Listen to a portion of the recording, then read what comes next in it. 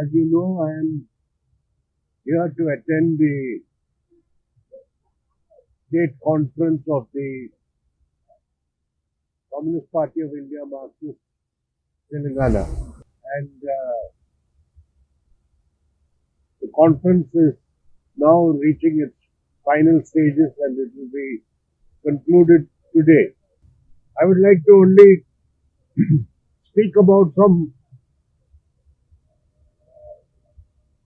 important national issues which have come up in the recent period.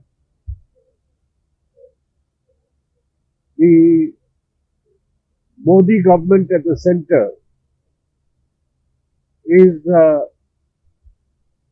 moving very fast, trampling upon the rights of the states and violating the federal principle which is there in our constitution. The recent example is the proposed amendment to the All India Service Cadre rules. That is, IAS and IPS officers, bulk of whom are in the states, under the state government. The central government now is amending the rules whereby the center can unilaterally take officers from the state for central deputation. That is, if there are IAS and IPS cadres in Telangana, under the Telangana state government, the practice now is the center can request for some officers for deputation at the center with the concurrence of the state government, with the agreement of the state government. Now they want to change the rules that without the concurrence of the state government, IAS and IPS cadre officers can be taken by the center for deputation.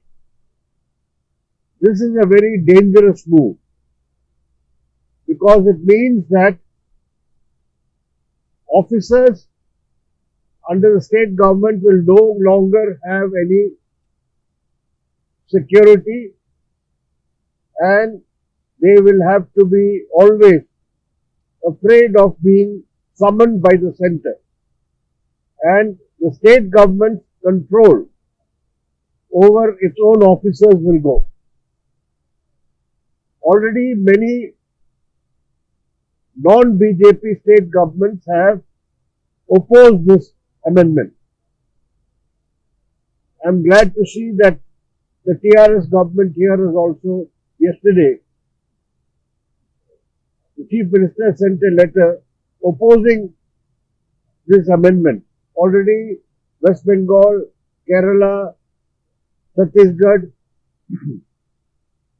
and other state governments have also opposed the move. This must be unitedly opposed by all the non-BJP state governments because this will strike at the very principle of federalism and state governments will become helpless. They can be paralyzed by key officers being taken away by the central government.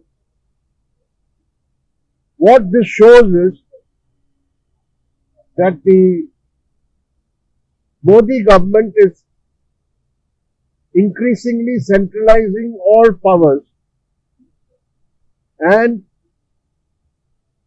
refusing to recognize the rights of states and the federal system here. This is affecting all aspects. For example, devolution of finances to the states. The central government has to give certain grants, financial grants to the states. The state governments are dependent on these financial grants. But now increasingly the central government is not giving those grants. I read today in the papers that again here the Finance Minister of Telangana has complained that the center is not giving the money which is due to the state. This is happening to all other states also.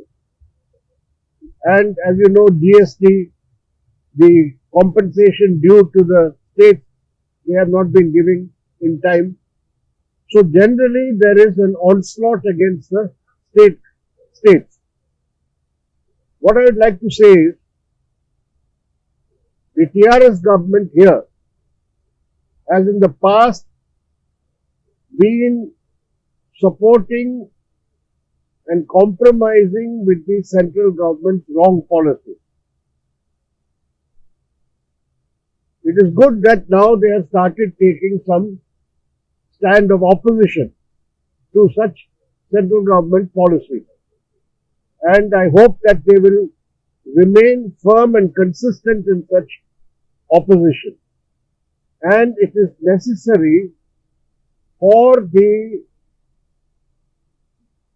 KCR government to cooperate with all other non-BJP state governments so that the rights of the states, including Telangana, is protected. But this requires a joint effort by all the state governments. This is the first point I would like to make. The second is,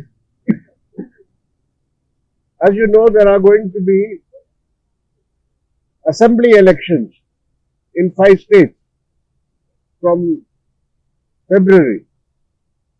Uttar Pradesh, Uttarakhand, Punjab, Manipur and Goa. Our party, as you know, recently had a Central Committee meeting in Hyderabad just 10 days ago. And we have discussed our election tactics in these 5 states.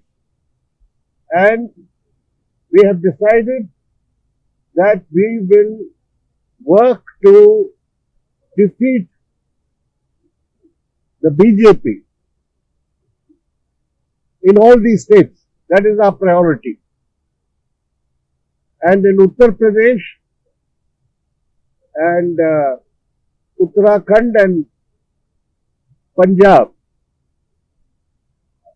our party, given our limited strength, will fight only a limited number of seats along with other left parties and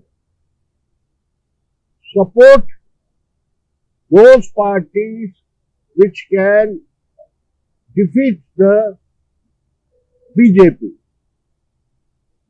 like the Samajwadi Party in Uttar Pradesh. So we are fighting only a limited number of seats along with other left parties, and the main party or force which can put up a fight and defeat the BJP in these states, we shall try to extend our support to them.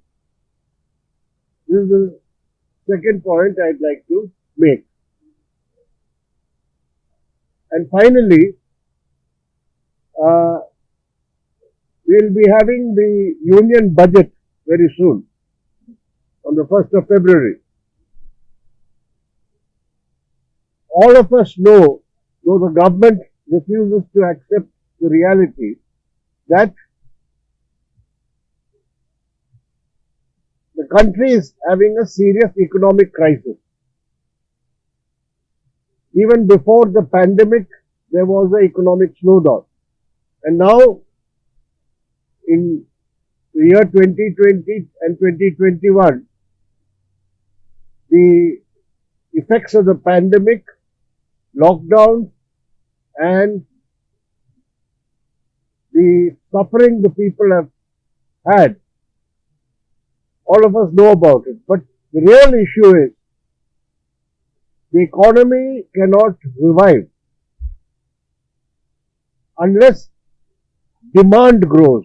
Demand means unless there is demand, there will be no production and investment. But the purchasing power of the people is at its lowest today. On top of that, now you have inflation. So, we have been telling the government in the last 1.5 years that you should put money into the hands of the people, because people have no incomes, they have no jobs, they have lost their jobs and there is no employment, and there is distress both in the rural and urban area. So, the main opposition parties had jointly demanded that at least provide rupees 7,500 rupees a month as a cash support or subsidy to all families except those who are income tax paid. But this government refused to do that. So in this budget, again, only if people have some money in their hands, purchasing power, can they buy goods, demand will increase, and then investment and production will grow. But the government is not taking steps to transfer money into the hands of the people. They have to spend more money, public expenditure, on health, education, in helping to revive agricultural production, etc. But instead of increasing public expenditure, the government only is thinking of how to give concessions to corporates and big business. They've already reduced taxes for the corporates earlier. That money which is going into the hands of the rich people, that does not increase consumption in the economy. The rich people buy goods from outside. They only increase the import bill. Only if the common people have more money in their hands. So in this budget, our demand is there must be a big increase in public expenditure and investment, particularly in areas after the pandemic in public health. Education system has suffered a lot in public education system and in infrastructure development and agriculture, so that employment can also be generated.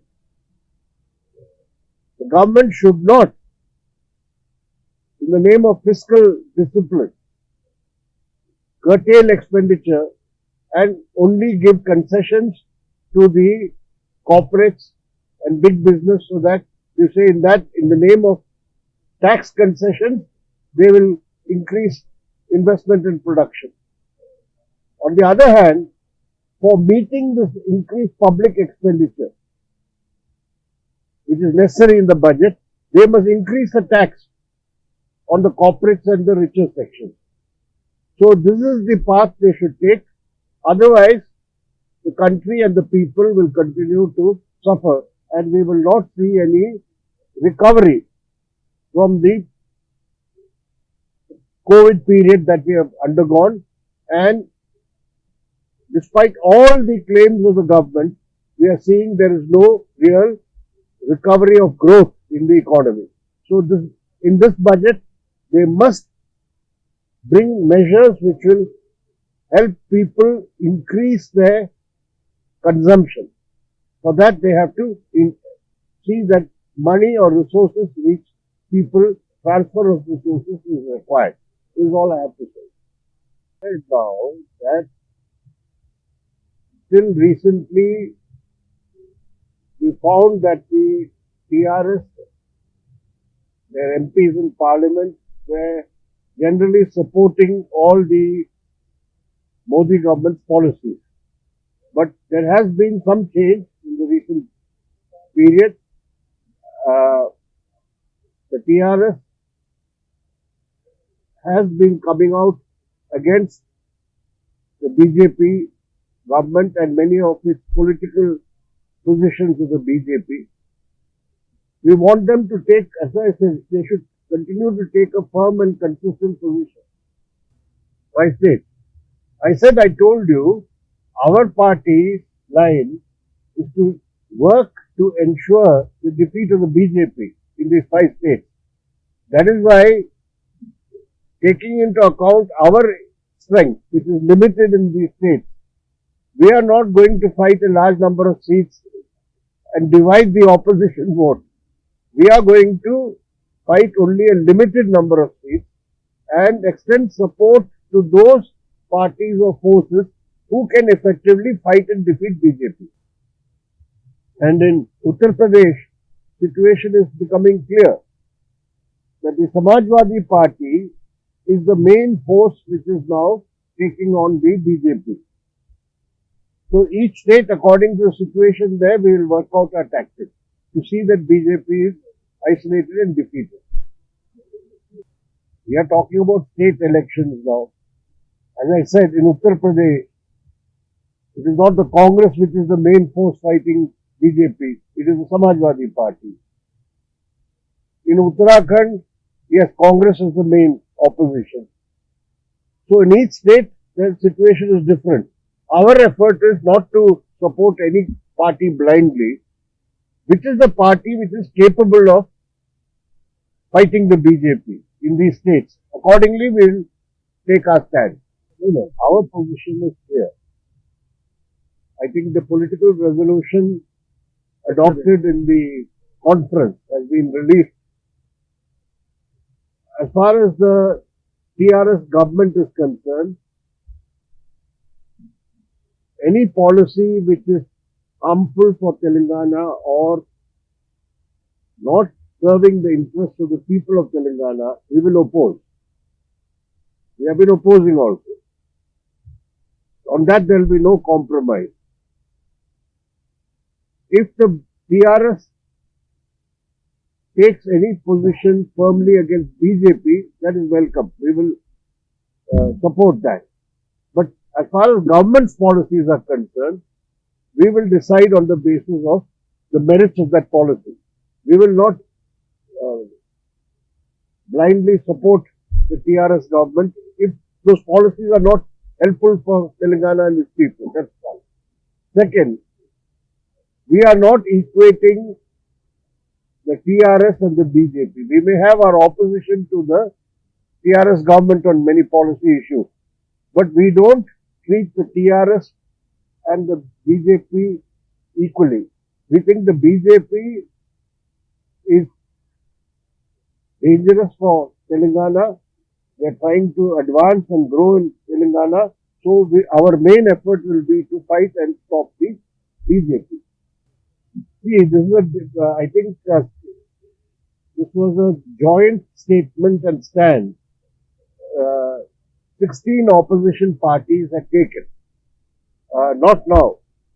We first took the stand in 2020 September, when the first COVID wave had happened, that you have to provide a monthly subsidy or help of 7,500 to all families in India except the income tax paid.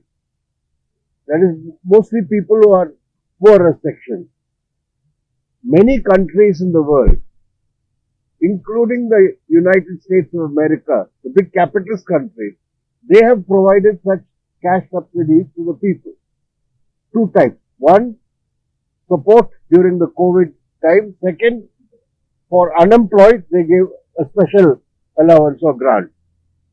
This was done by the United Kingdom, many European countries. India has the lowest fiscal stimulus among the G20 countries.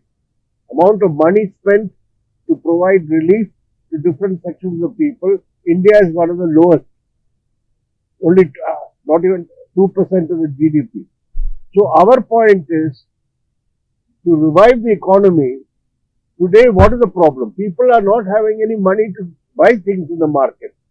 So even the medium and small scale industry, why are they suffering? because there is no demand for their goods. So it is necessary to increase the purchasing power of the people.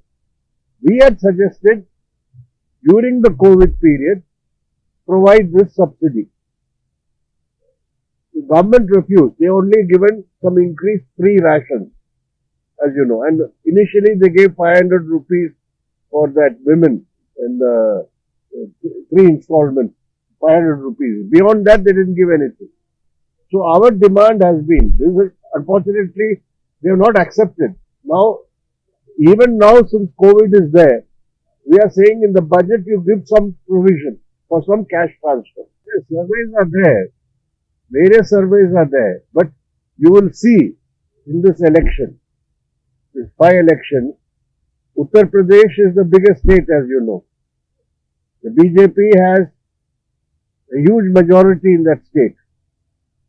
Nearly more than 2/3 majority in the assembly now. But all these reports show that the BJP is losing ground very fast in Uttar Pradesh.